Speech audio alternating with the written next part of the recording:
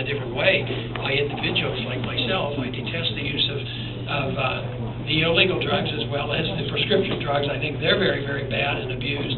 So it's up to the individual, it's up to the family, and there would be regulations, just like there are regulations on alcohol for kids. So there's ways of handling this, and like I mentioned earlier, I just don't like the federal government coming in and deciding that states can't allow individuals to use marijuana for medical reasons. That shouldn't be a federal function. It should be a state function. So, but the federal war on drugs is probably less successful than prohibition was as far as harm done. Do you feel like it's inherently corrupt in the way that it works? It's inherently unworkable, and that it does more harm by violating people's civil liberties. So, and then it encourages corruption because it becomes a much bigger industry. If I had a patient come to my office and I knew they were a drug addict and they weren't ready to quit, and I give them enough drugs to say, well, go on, take it another week and we'll have another session, I go to prison.